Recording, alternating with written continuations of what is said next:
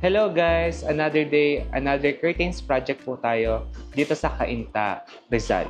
Ngayon po ay nakaka-proud no kasi itong bahay na nilalagyan natin ng kurtina, ang gumawa po is Kapampangan.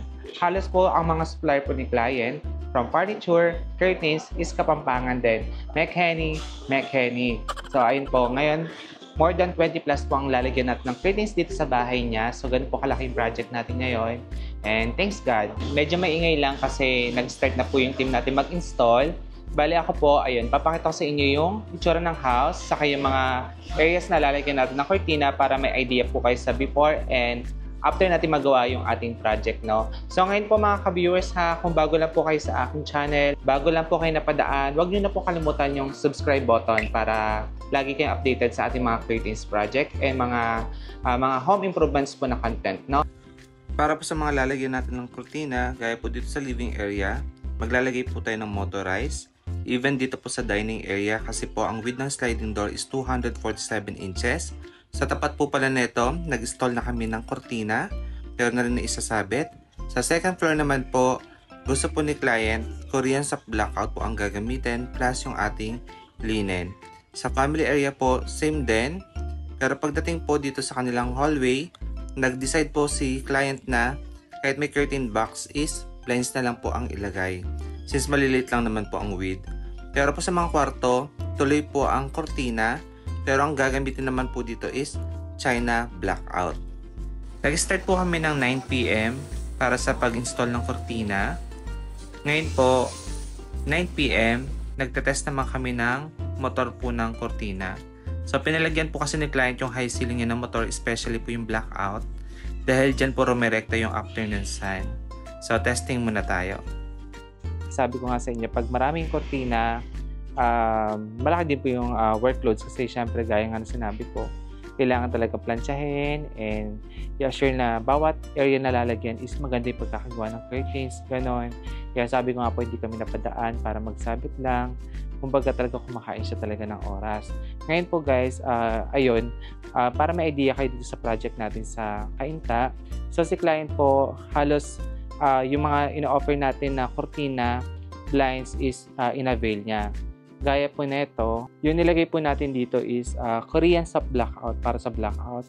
Tapos yung ating linen para sa inner niya, no? So alam niyo naman guys, mga inner natin is pang hotel quality, mga kapal, kaya ayan.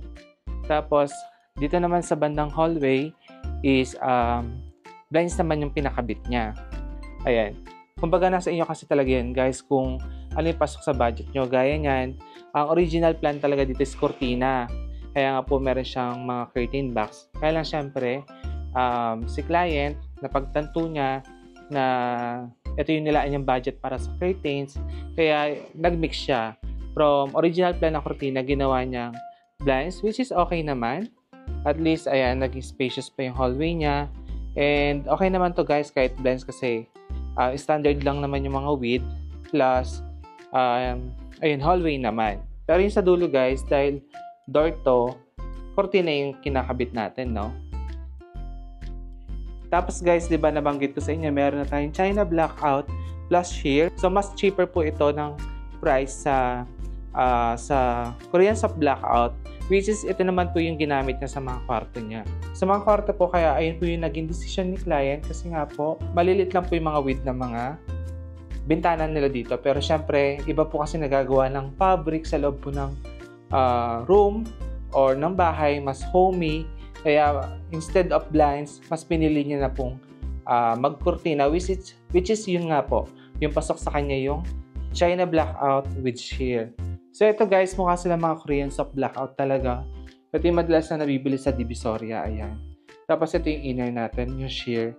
So yung sheer po talaga mas, ano po yan, mas manipis po ito compare po sa linen. Kung mapapansin nyo po, kita po yung kulay black ng ng bintana. Kasi ayun guys, parang kulambo lang yan si sheer compare kay linen na gawa po sa fabric pa rin.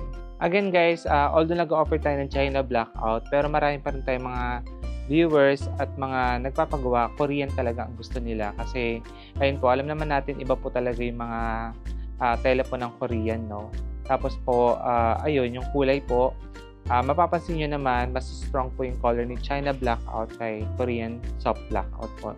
Tapos po, ayun guys, lagi ko naman sinasabi, basta kung ano pasok sa budget nyo, gagawin natin. Basta gusto nyo kami and kung paano ko po kayo matutulungan. Kung into durability po kayo, quality, premium, pwede po yung Korean Soft Blackout. Pero kung tamang timpla lang po, budget friendly, pwede tayo mag-mix Korean Soft Blackout, blinds plus China Blackout. Basta nasa inyo po. Kumbaga at least po, ayan, binigyan ko kayo ng options kung ano po yung pwede natin gawin para mag-swak sa budget po ninyo, no? So ngayon mga ka-viewers, habang nag-aantay po tayo ng ating finished project, meron po tayo naging project sa Angono Rizal. Isasama ko na lang po sa vlog para may idea po kayo sa ginawa po natin. Nung nakaraan nga po, galing tayo sa Angono Rizal at taas po ng bundok ang lalagyan natin ng kurtina. Napakaganda po pala ng view dito. Tanaw mo na ang Metro Manila. Alam nyo guys, kahit malayo yung project natin ngayon, worth it naman kasi napakaganda ng view. Tapos guys, ito yung bahay ni client. Ongoing pa to kino-construct pero okay na yung loob. Ngayon guys, subscribers natin from USA yung nagpagawa sa atin. Actually, wala po sila dito. Nasa Amerika pa sila. Pero since tiwala naman po sila at nakasubaybay sa ating mga ginagawa, kaya pinagawa na po sa atin yung mga kortina. Gusto po kasi nila pag darating sila, okay na po lahat yung gamit nila, as in kompleto na, hindi na po maghahanap pa kung saan saan. Ngayon guys, ito na po yung finished project natin sa living area. Para po sa finish ng kortina natin, meron po tayong tinatawag na one-way saka split. Yung one-way po, yun yung tabi ng TV. Tapos yung mga sliding door po yung split ang design. So actually, super worrying ang si client kung paano natin papagandahin yung bahay niya. Pero sabi ko, trust me, ako nang bahala. Kaya achieve po natin yung gusto niya mangyari na interior sa bahay po niya.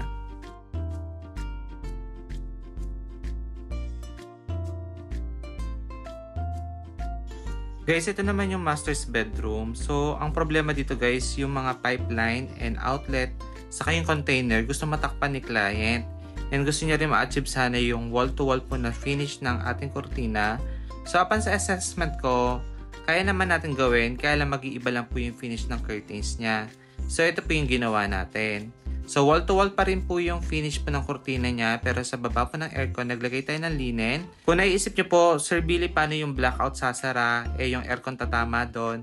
Don't worry po, yan po yung magko-cover dun sa dalawang bintana na maliit, tapos sa gitna po may cover pa yan para hindi po makita si client. Guys, ito si bedroom number 2. Actually, gusto rin talaga ni client dito is kurtina. Yun talaga yung gusto niya mangyari. Pwede naman din po itong blinds.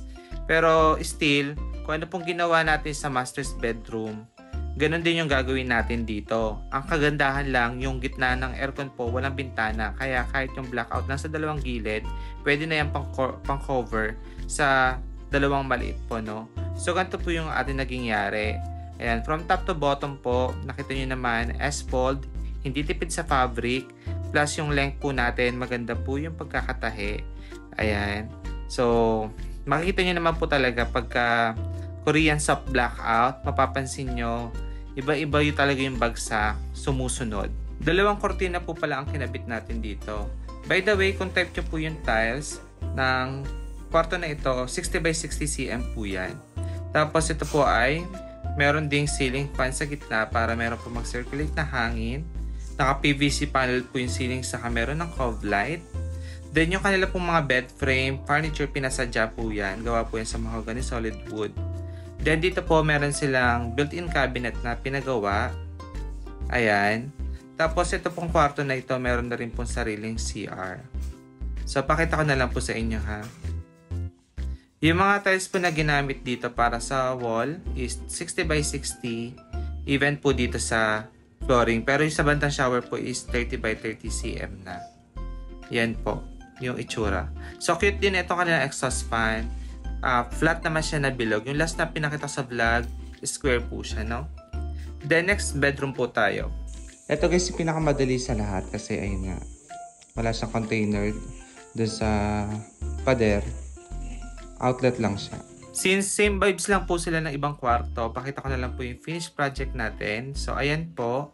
So, yung gusto po ni client na request na sa atin, ginawa ko po na paraan at achieve naman at natuwa siya. So, totoo lang mga ka-viewers, ayan, medyo haggard na tayo at talagang pagod na pagod po tayo dahil ito pong may nakatapusan. third week and fourth week po, sunod-sunod po yung naging project natin. And sa sobrang busy po talaga, ayan, halos hindi na tayo nakakatulog ng maayos.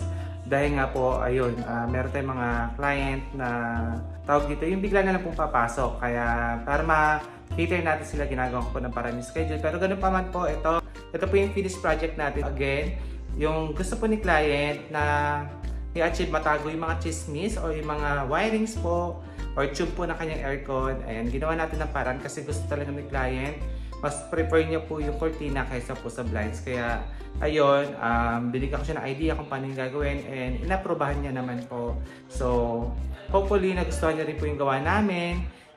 Nakakuha po kayo ng idea sa ginawa namin cortina. So, hindi siya madaling trabaho, hindi siya madaling gawin, mabusisi, pero nag-enjoy ako kapag napapaganda natin yung mga bahay po ng ating mga kliyente, no? So, again, ayan po, maayos.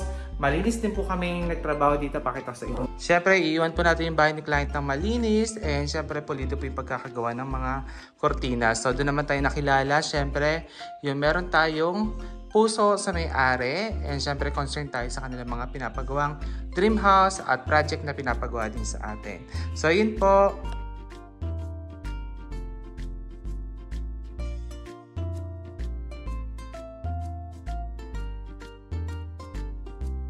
And ginabi na po kami ng uwi dahil puro kortina din po yung nilagay natin sa bahay po ng client. Ngayon po mga ka-viewers is balik po tayo sa ating Kainta project.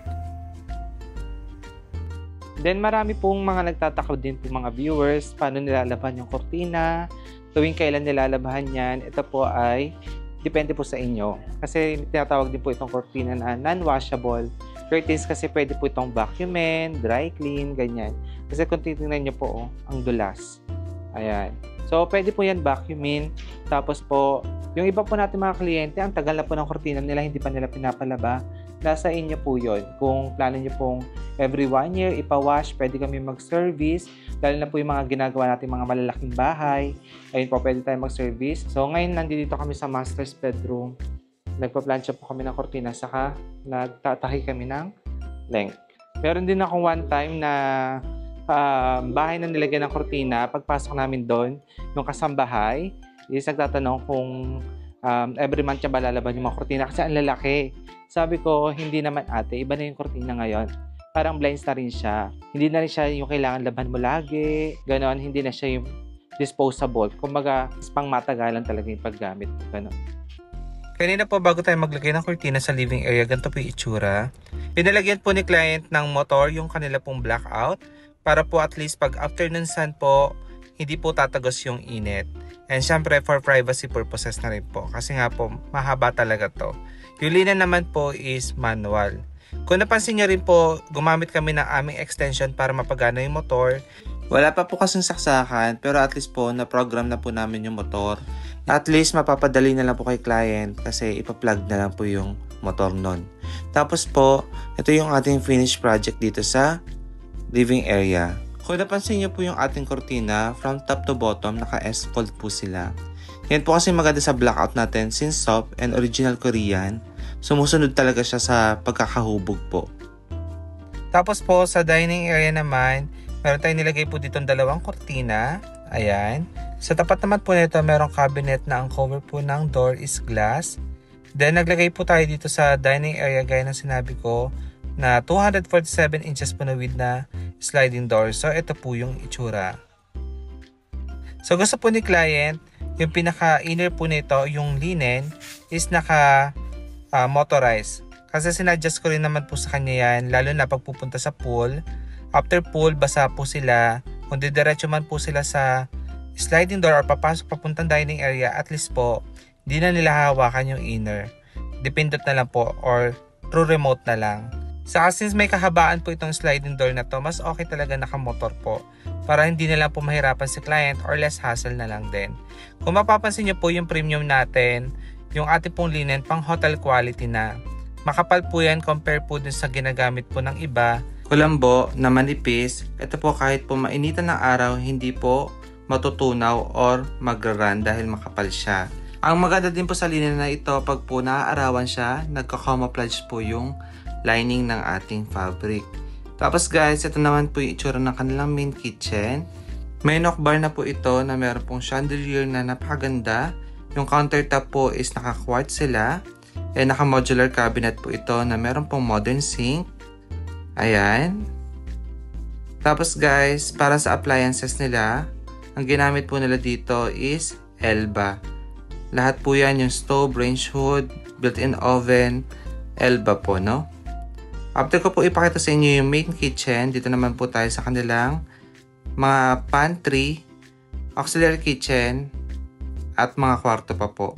So, naka-barn door po yung kanilang pantry at auxiliary kitchen. Kung napansin nyo po yung design ng bahay, pahaba po talaga siya. Tapos guys, ito po yung pantry nila. Ayan. Tapos sa tabi po nila to is meron pong common bathroom. So, sarado lang po natin yung pinto ng barn door. Ito po yung common bathroom nila dito. Sa iba pong bathroom, papakita ko na lang po sa inyo yung mga materials na ginamit since same tiles and interior din po, no? Bali, punta tayo sa tabi nito, si bedroom number 1. Ito po yung itsura niya before. And ngayon, ito na po siya. So again, kahit pumalit po yung width po ng bintana, gusto po ni client is cortina. So ito pong bedroom number 1, meron na rin tong wardrobe cabinet and fluted panels sa wall. Ayan. Aesthetic pa din kahit malit lang ang room. Tapos guys, ito yung cortina natin. Again, ang nilagay po natin dito, China blackout and sheer.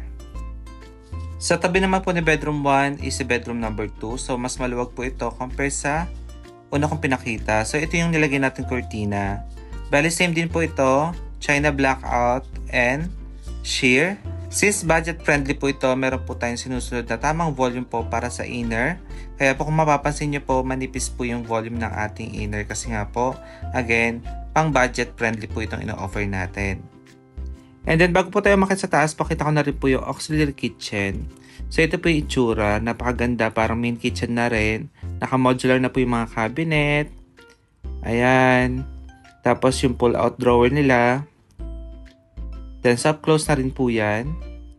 Tapos guys, meron din dito another cabinet, yung color white, check natin. So push button po yung cover nito. Tapos guys, kinaveran pala nila yung fuse box nila dito. Or yung mga electrical wirings ng bahay. Then again, ito po yung kanilang auxiliary kitchen. Tapos guys, yung nakita yung backsplash pala sa countertop, 30 by 60 yan, patayo po yung pagkakalagay. Ang galing din. Tapos yung kanila pong modular cabinet dito, matte finish na kulay peach. And again, yan po yung blinds natin. Guys, pag-akit sa second floor, nandito pa rin yung scaffolding ni client. Kasi may gagawin pa sila, kaya binalik na po natin sa dati, no? Ngayon po, gaya ng sinabi ko sa second floor, naglagay po tayo ng cortina. So, ito yung before po sa hallway. So, ang ginawa ko po dito, yung magkatabing bintana, pinag-isa ko na lang po para wala masyado nakasabit. Ayan. So, ito po Korean soft blackout and linen po ang kasama po nito. Then, zoom ko lang po, ito po yung katabi niya. Mapapansin nyo naman po, iba talaga yung tindig po ng Korean soft blackout and nung inner po natin na linen. Sa family area po, Korean soft blackout din po yung pinalagay ni client. Kasi po yung ating Korean soft blackout, ito po yung benefits na nagagawa niya. Maganda po kasi original po na blackout curtains talaga yung gamitin, lalo na po kung malalaki po yung mga bintana. Ngayon po, ito po yung itsura ng family area, although magulo pa. Ito po yung kanilang TV area. Naka-modular din po. And again, yan po yung cortina po natin. May shot din po ko ng gabi dito kasi, ayun po, hinabot nga po talaga tayo hanggang madaling araw sa paglalagay po ng cortina. Sa hallway po, dapat ang ilalagay po dito is cortina. Kaya po merong curtain box. Kaya lang po nag-decide si client na ipa-blinds na lang po. So gaya po niya, nilagyan po natin yan ng blinds na Losa brand. Premium blackout po yan. Tapos guys, okay naman yung naging final decision ni client kasi mas spacious po yung hallway niya. Ngayon po, kung plano niyo pagdating ng araw ipa-upgrade into curtains, pwede rin naman. Kasi may curtain box naman po nakaabang at magagamit pa rin natin. Sa dulo po, original plan naman po dyan is vertical blinds. Kaya lang po, dahil nakakortina po ito, ayun, pag ginawa ko na lang pong kortina. So, tulong ko po kay client yon. Ito naman po yung master's bedroom. And ito na po siya ngayon. So, una ko po kayo itour sa kanilang pintuan. So, ito po naka-smart lock. Then, yung design po ng bahay ni client is modern industrial. Sa cortina po, meron tong curtain box po na 10 inches po ang width po ng hole. Then yung lalim po is 5 inches. So meron po ditong tatlo na curtain box plus isa pong walang curtain box. Ngayon guys, kung nagpapasiling pa lang kayo, pwede nyo paabangan ng curtain box po yung mga bintana ninyo kung plano nyo siyang palagyan ng kurtina. But again, kung wala, ganyan po yung itsura pag naglagay tayo ng curtains. Yung ginamit po pala natin dito is Korean soft blackout. Ngayon po sa ceiling pala, kung meron kayo nakikita mga black po na ilaw, ang tawag po dyan is track lights. Ngayon po namumove po yan kung meron po kayo mga planong ispatan po na object or decor or kung ano man po. Maganda pong gumamit din kayo ng track lights. Para naman po sa tiles flooring, ang ginamit po nila is 20 by 120 matte finish tiles. Tapos guys, meron na itong bed frame, kapampangan pang gumawa niyan. Tapos po, fluted panels and then pendant lights na pang industrial din po ang kulay, color black. Tapos guys, yung wall, naka-stucco finish to or lime wash. Meron din po itong lining na wall groove. So, hindi lang siya pang outdoor sa wall groove, pwede rin pang indoor. Which is, pasok namang gamitin kasi nga po industrial yung team ng house nila. Ito naman po yung view natin from here, papunta sa kanilang walk-in closet. So, yung aircon po doon po nila nilagay, kaya tingnan nyo po yung mga kortina natin. Nasagad po natin sila hanggang ceiling. Guys, dito sa bandang may aircon is naka-groove din yung wall, tapos stucco din yung kulay ng paint. Tapos dito meron silang mini cabinet. Ayan. Na may pull out. Drawer ba to? Not sure. Ayan, pull out drawer. Guys, pagpasok sa walk-in closet, ito ay naka-modular din. Tapos yung mga cover is mga clear glass na sliding. And then, meron mga lights effect po yan sa loob. Ayan, social, no? Parang pumunta sa mga celebrity bahay. Social. Alam nyo guys, mahal talaga to yung magpa-modular sa loob ng bahay. May presyo talaga yan. Yan. Again, may track lights din ito. Ayan, sindihan natin para mas maliwanag. Tapos guys, yung pintuan nila dito is naka barn door. Ayan. Sa master's bathroom naman po tayo. So ito po, same po ito ng interior na pinakita ko sa inyo kanina. Pinagkaiba lang po nito, mas maluwag ito syempre. Meron po itong his and her po na sink. And yung cabinet po is modular, color gray. Yung mga tiles po sa wall 30 by 60. Ayan. Tapos guys, screenshot nyo na lang kung type nyo po yung kanilang master's bathroom. Sa next bedroom po tayo, naglagay po tayo dito ng kurtina din. So ito po yung ating finished product dito. Alam niyo naman po guys, ang gusto ni client, kung ano daw po kulay ng bed frame, yun na din po ang magiging kulay ng kurtina. So ito po nilagay natin is blackout curtains po.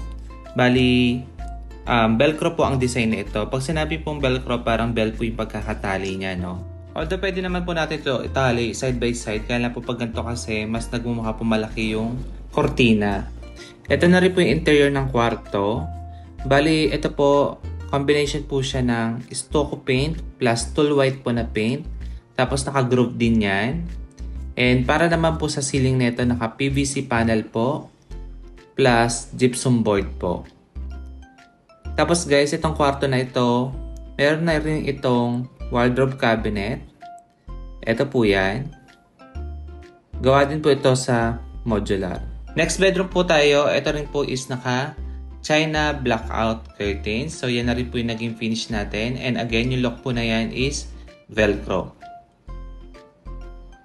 Guys, alam nyo ang linis nung pagkakagawa ng bahay talaga. Kapampangan yung gumawa guys ha. Tapos alamin ko kay client yung builder. Sige. Tingnan nyo yung wall, ang ganda ng pagkakaground. Tapos yung mga talaga, combination ng color is talagang maganda. Hindi na lalaban yung kulay, balance lang. So yung flooring nila is 60 by 60, matte finish yan, sand broken tiles, tapos yan na cool yung kanilang mga sanitary ware. Cool po ang brand, even po yung faucet. Tapos dito may shower partition na heater plus yung shower is black coated. Yung tiles nila dito guys is 30 by 60 for the accent. Tapos dito is 60 by 60 to guys. Yan. Yung tiles dito naman. Actually, hindi ko siya ma-identify pala kung 60 by 60 cm kasi Yung guhit niya ang laki. Para nasa 80 by 80 na to. Or kinat nila yung tiles guys. 40 by 40 siya tapos ginawa nilang malaro. Ganon. Kasi ang daming grout to. Yan, grout. So original 40 by 40 yung tiles. Tapos guys, ayun nga, pinaglaruan nila yung kanyang cuttings. Kaya nagkaroon ng illusion. Galing. Ganda na CR. Tapos yung ceiling naka-PVC panel yan. So again, ito yan. Kontay po ninyo yung design na kanilang bathroom. And ayan po mga ka-viewers yung natapos nating project sa Rizal. Ngayon po, gaya po sa napanood ninyo, meron po tayong ginamit na Korean soft blackout saka China blackout. Noong nakaraan po, nagkaroon tayo ng vlog na pinakita ko yung difference po ng China blackout saka ni Korean soft blackout. Ayan. So, unang-una po, malalaman nyo agad din sa color po nila. Tapos po mga ka-viewers, si Korean soft blackout po, talagang legit po ginagamit natin kasi sa mga nakapanood po ng vlog natin, pinapakita ko doon na merong label yung ating fabric which is Korean soft blackout and meron din po tayong mga naka-indicate sa ating rolyo na galing talaga sila ng Korea. So, original. So, kung naghanap po talaga kayo ng legit po na Korean soft blackout, team ko po at ako po yung nag-o-offer nun. Mapapansin nyo naman po yung sa benefits gaya po ng mga sinulat ko or in-indicate natin sa vlog. Magkaiba po sila ni blackout sa ni blackout lang si letter O, no? So ngayon po mga ka-viewers, ito pong China blackout, again, ino-offer ko po ito para po sa mga naghahanap po na medyo pasok sa budget nila. But then again, kung naghahanap po kayo ng premium, pwede nyo po i-consider yung Korean soft blackout or yung curtains po namin, no? So again, gaya po nangyari sa project natin sa Cainta, nagkaroon po ng mix lahat yung kanyang mga windows. So meron pong blinds, meron pong China blackout, meron pong Korean soft blackout. Kasi po, ang ginawa natin, binagay po natin yung budget niya or kinonsider po natin yung budget niya para sa kanyang mga bintana, kaya hinanapan natin siya ng paraan, no? So, pwede rin po mangyari yun sa inyo. Kung malalaki po talaga yung bahay ninyo, pwede natin gawin yun, no? Kaya ako po sinasabi po yung mga benefits ng bawat isa.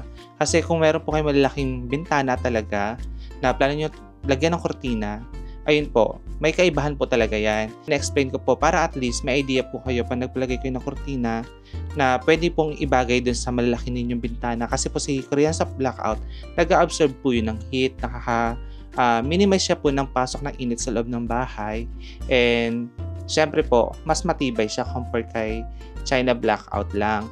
And then mga ka-viewers, syempre, ayun po, yung inner natin pang hotel quality, talaga pong makapal yan. And kung mapapansin nyo naman po sa tindig, magkaiba yung isa po parang flowy, pero po yung sa ating premium soft blackout po na Korean is talaga po maganda yung bagsak niya kasi po yung inner natin is matibay po talaga yung kanyang mga threads, ganyan. So ngayon po mga ka-viewers, kung nagustuhan nyo po yung ginawa namin project at naghahanap po kayo ng installer po para sa kortina ninyo, pwede nyo po kayo message sa akin Facebook, Billy Toledo Vlog, ayan. Ito na rin po yung isa naming page, si Robel Curtains and Blinds. Message lang po kayo, lalo na po pabugso na po yung mga magpapagawa nyo dahil magbe-bermans na. Ganda po, maaga pa lang, pasukatan nyo na para po may idea kayo sa abutin po ng mga bintana ninyo. Plus, ayun po, makapag-book kayo na mas early sa amin. Dahil po sa ngayon, December pa lang, marami na po yung nagpapaline up para sa December, no? So again mga ka-viewers ha, sana meron po kayo nakuhang idea sa vlog na ito. Again, maraming salamat po sa panonood. Ingat po kayo and God bless. Bye-bye!